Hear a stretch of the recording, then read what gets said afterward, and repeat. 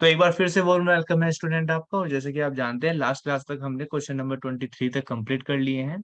Still अगर किसी बच्चे को प्रॉब्लम हो तो वो पर्सनली मुझसे पूछ सकता है। आज की क्लासेस में हम क्वेश्चन नंबर 24 to 38, ये शायद लास्ट क्वेश्चन है आपकी बुक में, 24 to 38, ये जितने भी क्वेश्चन है इनसे रिलेटेड जो भी नोट्स या कहते हैं की टर्म आपको पता होनी चाहिए। आज की क्लास बेसिकली उसी चीज पर होने वाली है। शायद क्वेश्चन आज हम ना कर पाए स्टिल, लेकिन हम इस चीज से रिलेटेड आप बात को समझेंगे। मैं आपको बताऊं कि इसमें बेसिक होगा क्या। तो प्यारे बच्चों, अगर मैं बात करूं क्वेश्चन नंबर 24 to 38, इन सारे क्वेश्चन में आपको ज्यादातर क्वेश्चन में आपको क्या मिलेगा, वो एक पैटर्न मिलेगा और जो शायद बोर्ड एग्जाम में आने के भी चांस ज्यादा है। क्या है सर वो? तो बेटा आपसे एक तो रीवैल्यूएशन अकाउंट बनवा सकता है वो, रीवैल्यूएशन अकाउंट। एक बनवा सकता है बेटा डिजीज पार्टनर्स कैपिटल अकाउंट, ठीक है ना, जिसकी डेथ हुई है उस पार्टनर का कैपिटल अकाउंट। समझ में आ रही बात? क्या बनवा सकता है? Disease partners capital account. और क्या बनवा सकता है ये आपसे? एक एग्जीक्यूटर अकाउंट बनवा सकता है। जो डेथ पार्टनर है, जिसकी डिजीज पार्टनर है, जिसकी डेथ हुई है बेटा, इसका एक लीगल रिप्रेजेंटेटिव होगा, उसको बोलते हैं एग्जीक्यूटर। तो उसका एग्जीक्यूटर अकाउंट बनवा सकता है ये आपसे। और क्या बनवा सकता है? लोन अकाउंट, ठीक है ना। एक क्या बनवा सकता है आपसे? लोन अकाउंट, सॉरी, एक आपसे ये लोन अकाउंट बनवा सकता है। तो इस चीज के लिए आपको मेंटली प्रिपेयर होना है। ये सारे अकाउंट्स कैसे बनेंगे?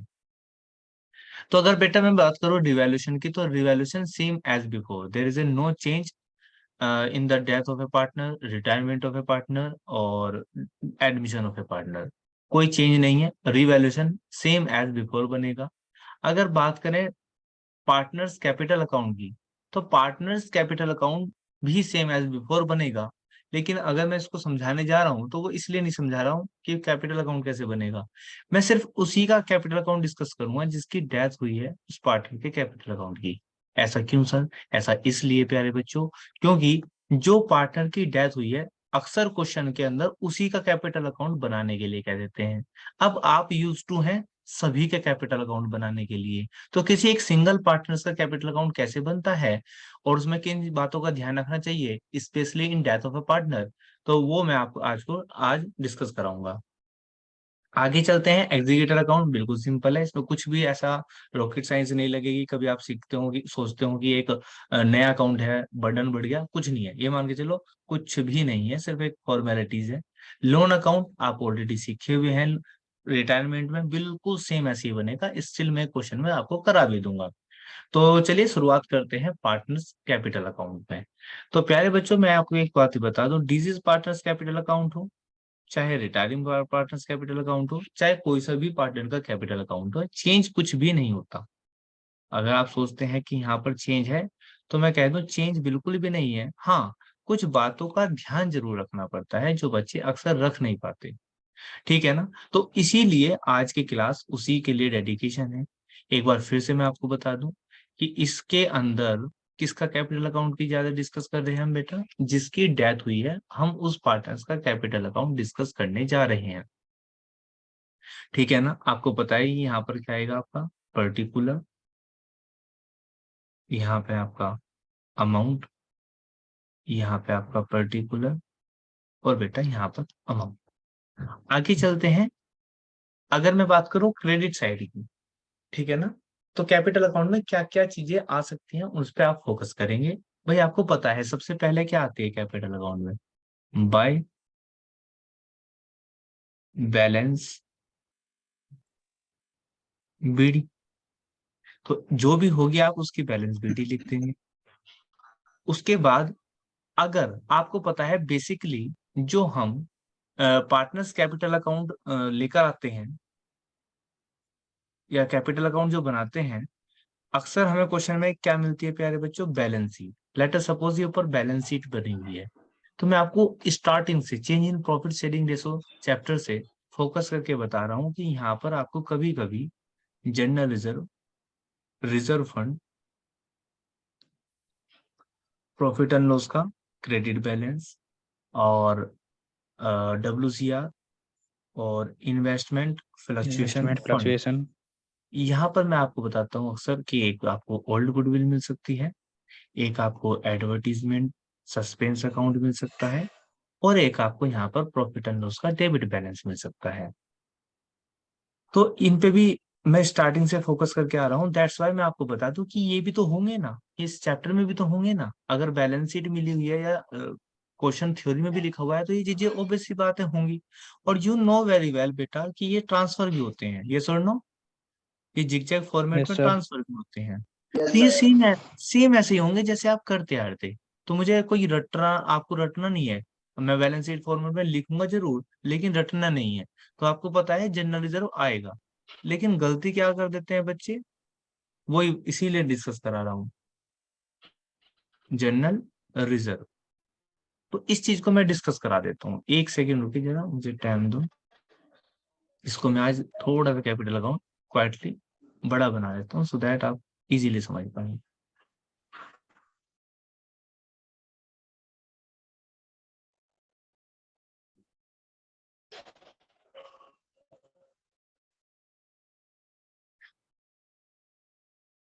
एक सेकेंड दो मुझे बस।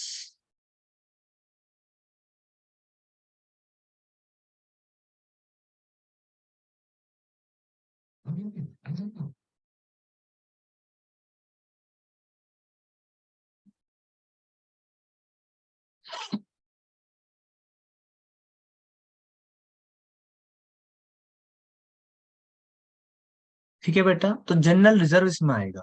लेकिन अब गलती क्या करते हैं बच्चे अक्सर, क्योंकि आप इस फॉर्मेट में से, इस जोन में से आ भी रहे हैं।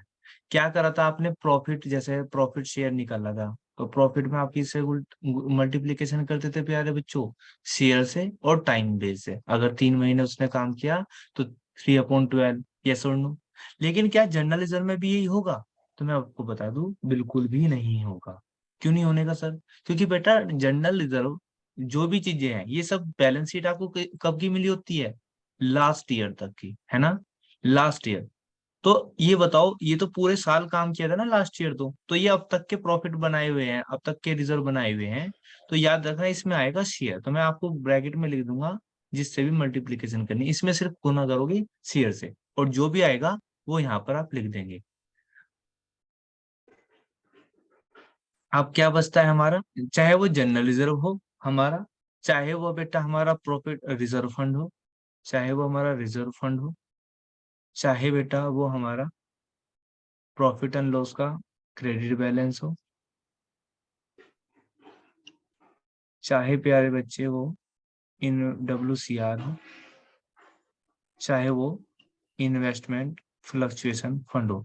हालांकि मुझे एक एक चीज समझाने की जरूरत नहीं थी, लेकिन स्टिल मैं आलकस नहीं करता और आपको बता देता हूँ।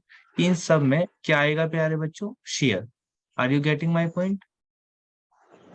Yes sir.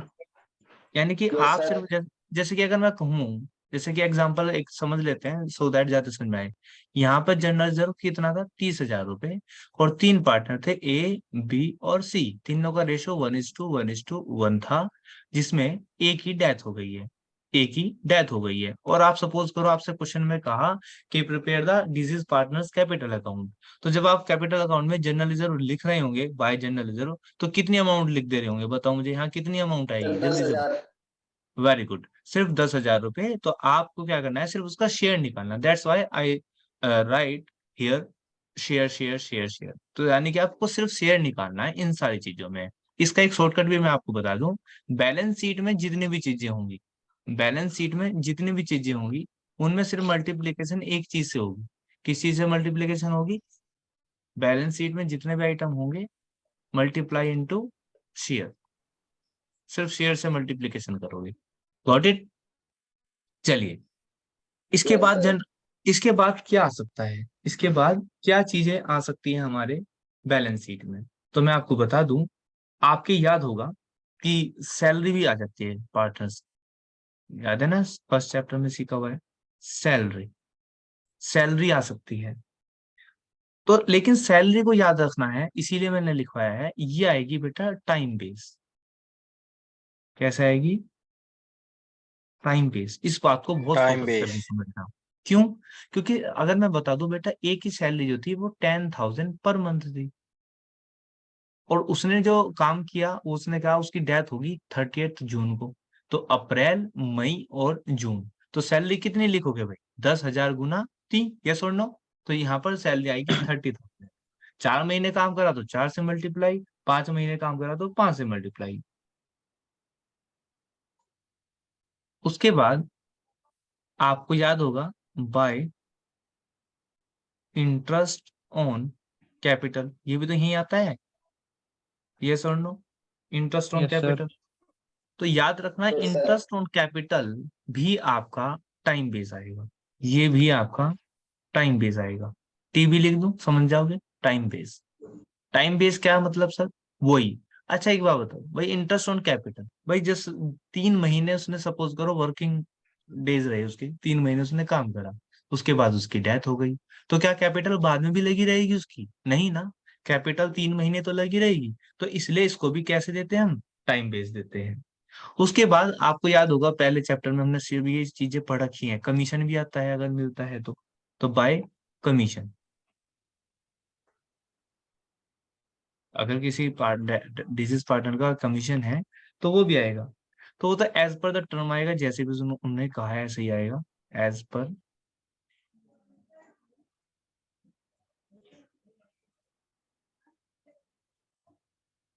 टर्म। आपको पता है कमीशन के लिए क्योंकि बहुत सारे कंडीशन पे रहते हैं, कुछ भी कह सकते हैं, तो उसके अकॉर्डिंग आएगा। तो याद रखना time base as per the term, जैसा क्वेश्चन है कहा क्वेश्चन के अंदर।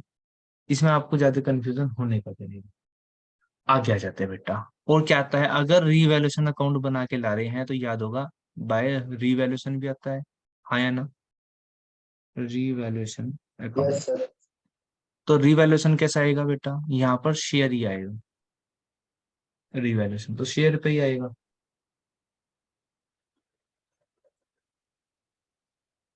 उसके बाद और क्या पोस्टिंग हो सकती है सर? उसके बाद प्यारे बच्चों पोस्टिंग होगी आपकी, याद करो अभी आप एक एंट्री सीख आए थे प्यारे बच्चों, अगर आपकी याद हो, कि हम 3 महीने का प्रॉफिट निकालते हैं, और 3 महीने का अगर हमने प्रॉफिट निकाला और सपोज करो वे रेशियो चेंज नहीं करते, तो एंट्री डलती है profit and loss suspense account debit, profit and loss suspense account debit to deceased partners capital account, to deceased partners capital account, हाँ या ना? यहाँ पर इस पार्टनर का कैपिटल अकाउंट क्या हो रहा है? क्रेडिट हो रहा है, और बना भी रहे हम उसी का capital account, disease partners capital account बना रहे हैं। तो कैपिटल अकाउंट क्रेडिट हो रहा है, तो बाय में एंट्री क्या आनी चाहिए बताओ? By By profit and loss expense account. Profit and loss suspense account. आएगा या नहीं आएगा? ये अमाउंट क्या आएगी सर? तो प्यारे बच्चों ये तो आप निकाल ही लेते हो, प्रॉफिट का शेयर आएगा, जितना भी आपको कैलकुलेट करना आता है, वर्किंग नोट से आएगा आपके, और शेयर आएगा, तो आप निकाल लेना इसको। और क्या आएगा? एक हमने एंट्री सीखी हुई है प्यारे बच्चों, एक तो ये सीखी हुई है, दूसरी क्या सीखी हुई है, और एक हमने सीखी हुई है एंट्री गुडविल। तो गुडविल की एंट्री हम क्या डालते थे? Gain to set. तो सपोज करो इसी क्वेश्चन के अंदर ए रिटायर हो रहा है, सॉरी डेथ हो रही है A की, तो एंट्री क्या डाली होगी बेटा? P's capital account debit, C's capital account debit to deceased partners capital account, हाँ या ना? यहाँ पर भी डिजीज पार्टनर्स कैपिटल अकाउंट क्या हो रहा है? क्रेडिट हो रहा है। अगर क्रेडिट हो रहा है इस पार्टनर का कैपिटल अकाउंट, तो हम बना भी इसी का ही कैपिटल अकाउंट रहे हैं, तो बाय में क्या आने चाहिए? ये दोनों, यस और नो? यस Yes, सर। sir. तो इसलिए यहाँ पे हम लिखेंगे बाय, याद रखना बाय, मैं एग्जांपल के लिए लिख रहा हूँ बी और सी लिख करके, लेकिन आप याद रखेंगे बाय बीज कैपिटल अकाउंट और बाय सीज कैपिटल अकाउंट। अब मैं इनको ब्रैकेट में लिख दे रहा हूँ, gaining partners capital account. Done है यहाँ तक? ऐसे ही अगर प्रॉफिट में वे रेशो चेंज कर देते हैं, तो रेशो चेंज करने पे भी यही एंट्री डलती है, gain to deceased partners capital account. उस टाइम पर भी उनके कैपिटल अकाउंट डेबिट होंगे। लेकिन जब याद करो हम सबका कंबाइंड कैपिटल बनाते थे, तो क्योंकि कैपिटल अकाउंट डेबिट भी होते थे, उस टाइम पर हम पोस्टिंग डेबिट साइड भी करते थे। लेकिन अब नहीं होगा ना, क्योंकि हम बी का और सी का कैपिटल अकाउंट बना ही नहीं रहे। Are you getting my point? मैं क्या कह रहा हूँ बेटा? Yes, sir. ये सारा कैलकुलेशन वर्किंग नोट से आएगी, आपको निकालने भी आती है। उम्मीद करूंगा यहाँ तक आपको किसी बच्चे को दिक्कत नहीं होगी। आपको बिल्कुल भी स्ट्रेस नहीं लेना, सर इतना बड़ा कैपिटल अकाउंट सिखा दिया आपने। तो प्यारे बच्चों, ये सब चीजें आपको पहले से आती हैं। ये क्वेश्चन के अंदर सारी चीजें थोड़ी होंगी, जनरल रिजर्व फंड कोई एक आधा हो भी सकता है और नहीं भी हो सकता है। मैंने आपको क्यों लिखाया, क्यों समझाया? सिर्फ इसलिए कि यहाँ पर आपको टाइम बेस में गुना नहीं करनी। जो बैलेंस शीट में आइटम मिले हुए हैं उनमें टाइम बेस की गुना नहीं करनी। सैलरी टाइम बेस से निकलेगा, interest on capital also time base निकलेगा, commission as per the term जैसा क्वेश्चन के अंदर कहा है। रिवैल्यूएशन अकाउंट ये कौन सा है? अगर रिवैल्यूएशन अकाउंट बनाया है तो वो आपको निकाल ही लेते हो। तो आप है ना, जैसे आप मान लो यहाँ रिवैल्यूएशन अकाउंट बनाते हो तो यहाँ तो आप डिस्ट्रीब्यूट कर ही लेते हो, वही अमाउंट यहाँ पर ट्रांसफर होगी। ये तीन चीजें अक्सर आपको मिलेगी, 100% मिलेंगी। इनको मैं हाईलाइट कर देता हूँ। Profit and loss suspense account, भाई प्रॉफिट तो आपको निकालना ही पड़ता है ना जिसकी डेथ हो जाती है, ये सुन लो। और गुडविल, गुडविल की भी एक पोस्टिंग आपको करनी ही करनी होगी, याद रखना। तो ये आपको 100% मिलेंगे। और कैलकुलेशन, अब तक के जितने भी क्वेश्चन हुए बिफोर द क्वेश्चन नंबर 24, जितने भी क्वेश्चन थे उनके अंदर ये चीजें हमने सीख ली हैं, कैलकुलेशन करना। यस और नो? आगे चलते हैं। अब आते हैं डेबिट साइड में। डेबिट साइड में क्या आ सकता है सर? तो वही याद करना है आपको जो जो चीजें पहले आती थी, है ना। टू, भाई एक तो बैलेंस शीट में क्या मिल सकता है हमें, वो तीनों आइटम। तो एक तो हमें क्या मिल सकता है प्यारे बच्चे, गुडविल। To, goodwill. कौन सी गुडविल है ये? ओल्ड गुडविल है।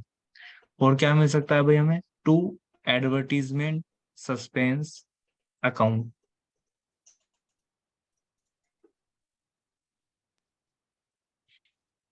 और क्या मिल सकता है हमें? To, Yes, sir. Profit and loss account.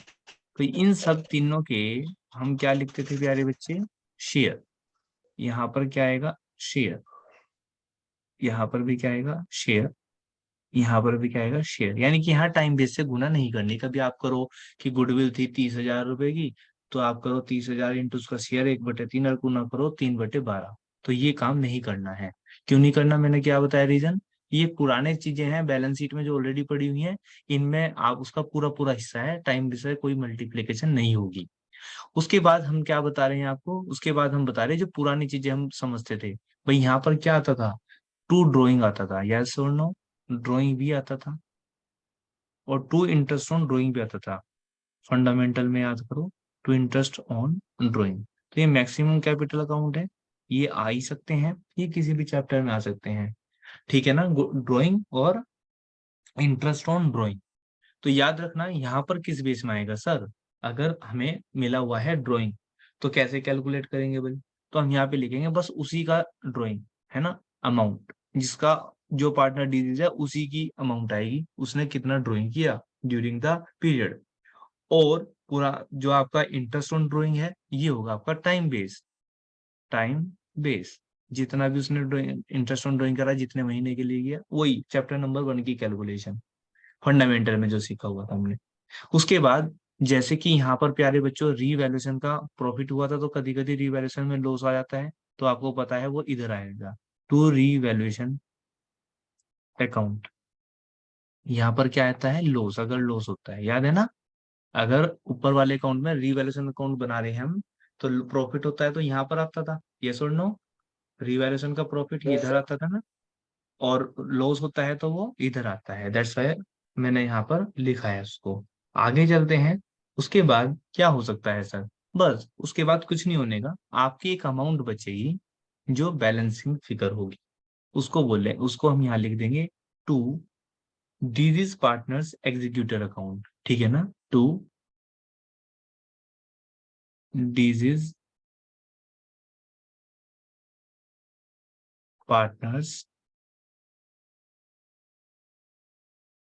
Executor account.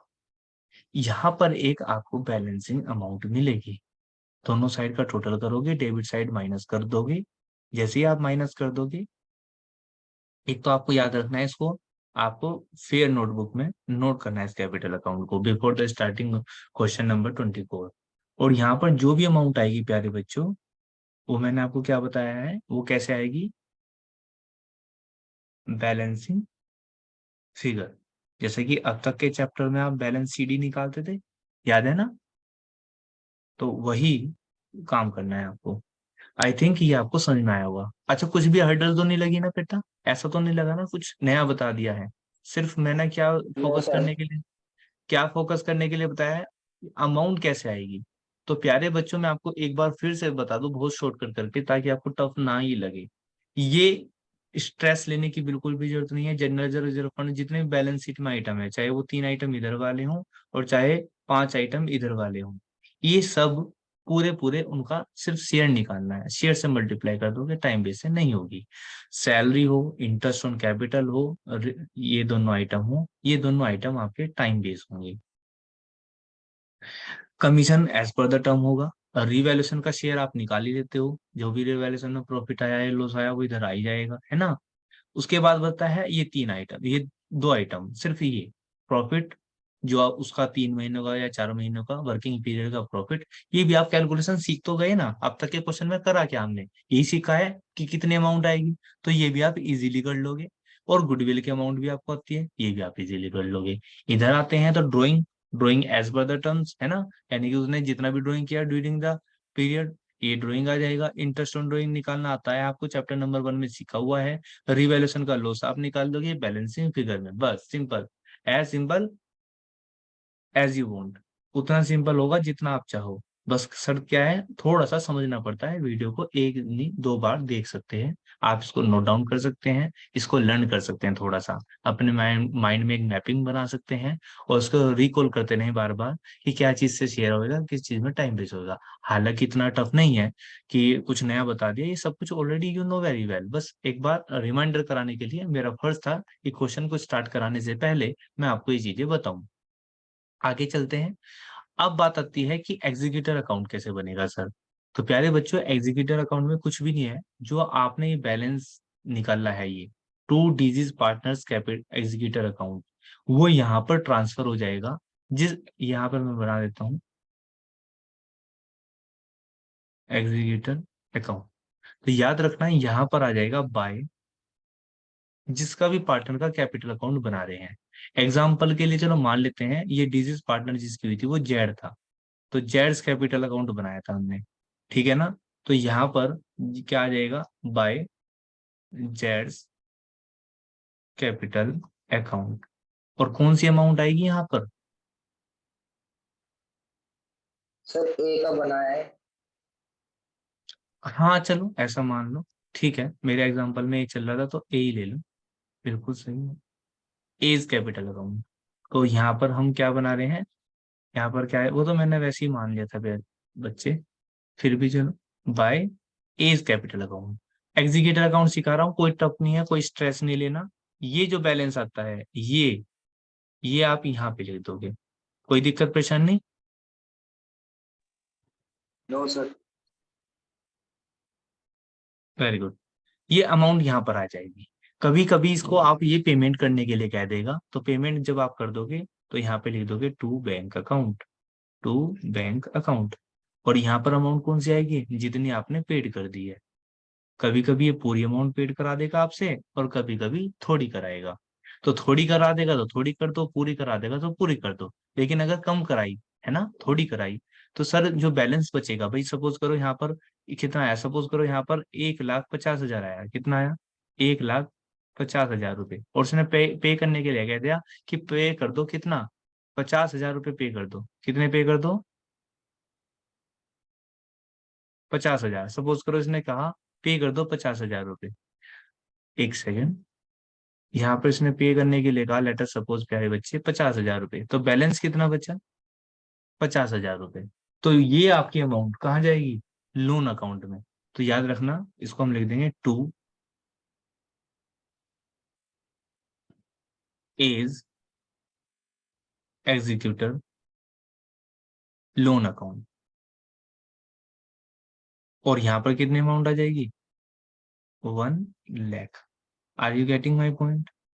तो एग्जीक्यूटर अकाउंट तो कोई बहुत बड़ा टफ काम नहीं है, मैंने बताया था, एक फॉर्मेलिटी है।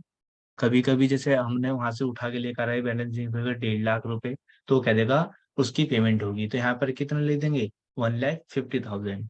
स्टिल अगर वो कहता है कि पेमेंट जो है पूरी नहीं करी, वो पेमेंट कितनी करी, 50,000 रुपए, तो आपका बैलेंस कितना आ जाएगा, 1 लाख रुपए और वो कहेगा transfer to his loan account, his executor loan account. तो बस हम वही लिख देंगे, डन। और उसके बाद हम क्या बनाएंगे, लोन अकाउंट। तो जब लोन अकाउंट बनाते हैं, एक सेकेंड,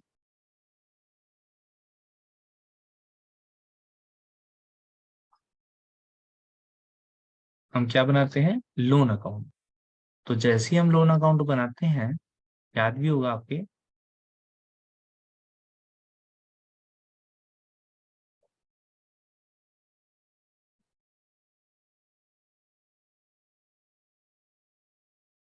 याद है ना, लोन अकाउंट रिटायरमेंट पे बनाया है।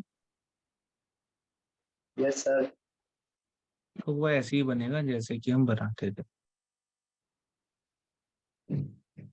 ये आपका लोन अकाउंट बनता है। तो जो अमाउंट यहाँ पर 1 लाख आई, यहाँ पर ले देंगे। बाय ठीक है, बैलेंस रीडिंग। यहाँ पे हम ट्रांसफर कर देंगे और आपको पता है कैसे कैसे पेमेंट करनी शुरू करते हैं। ये डेट का कॉलम होता है, ये अमाउंट का कॉलम, ये भी डेट का कॉलम। अगर डेट है तो कर लेंगे, ये मैं आपको बेसिकली सिखाऊंगा, इसलिए मैं ज्यादा फोकस नहीं कर रहा। फिलहाल आज की क्लास का पूरा एम्फेसाइज जो चीज है वो क्या है, डिजीज पार्टनर्स कैपिटल अकाउंट, जिसकी डेथ हुई सिर्फ उसी का कैपिटल अकाउंट बनाना, और उसमें आपको थोड़ी सी कैलकुलेशन के लिए ध्यान देना। तो उम्मीद करता हूँ कि आपके ये कैपिटल अकाउंट का फॉर्मेट समझ में आया होगा। आप देख सकते हैं कि अपनी बुक में जो क्वेश्चन है 24 से स्टार्ट हुए हैं, और आपसे इनसे कह रहा है कि जैसे कि इकबाल और कमल हैं, इनका पार्टनर है जिनका रेशो 3 और 2 था, और ये आपसे क्या पूछ रहा है, कह रहा है draw the Kamal's capital account. ठीक है ना, और कमल डाइड, तो किसकी डेथ हुई बेटा, कमल की, और कमल का ही कैपिटल अकाउंट आपसे पूछ रहा है, एज यू कैन सी। और क्या कह रहा है, to be render to his representative, यानी कि उसके रिप्रेजेंटेटिव को कितनी अमाउंट आपको पे करनी है वो देखनी है। तो वो कैपिटल अकाउंट के थ्रू ही मिलेगी, यस और नो। तो आप देख सकते हैं कि जैसे इसमें कि बता रहा है कि बैलेंस बीडी बता रहा है, इंटरेस्ट ऑन कैपिटल बता रहा है, डेथ की लास्ट ईयर का प्रॉफिट के हिसाब से बता रहा है, इंटरेस्ट ऑन ड्राइंग बता रहा है। यानी कि सारी चीजें वही चीजें हैं जो हमने डिस्कस कर भी ली हैं। हालांकि आप एक क्वेश्चन कर सकते हैं, लेकिन आप मत करना, मैं ही करा दूंगा इस क्वेश्चन को। आप एक बार कैपिटल अकाउंट फेयर नोटबुक में नोट कर लेना, ये वाला जो मैंने फॉर्मेट बताया है, वीडियो को पॉज करके। और क्या करेंगे सर, और आप एक काम ये कर सकते हैं कि इसको थोड़ा सा मेमोराइज ये लर्न कर सकते हैं, ताकि आपको फ्यूचर में भी दिक्कत ना हो। उसके बाद एग्जीक्यूटिव अकाउंट समझ सकते हैं कि कैसे बनेगा, इधर से अमाउंट ट्रांसफर होगी, अमाउंट ट्रांसफर होने के बाद अगर पे हुआ है तो यहाँ पर आएगा, पे नहीं हुआ है तो आप उसको लोन अकाउंट में ट्रांसफर कर दोगे। डन। तो उम्मीद करता हूँ आपको आज की क्लास इंटरेस्ट की लगी होगी, आपने एंजॉय किया होगा। तो मिलते हैं एक नेक्स्ट क्लास में, आज यहीं इसको रोकते हैं।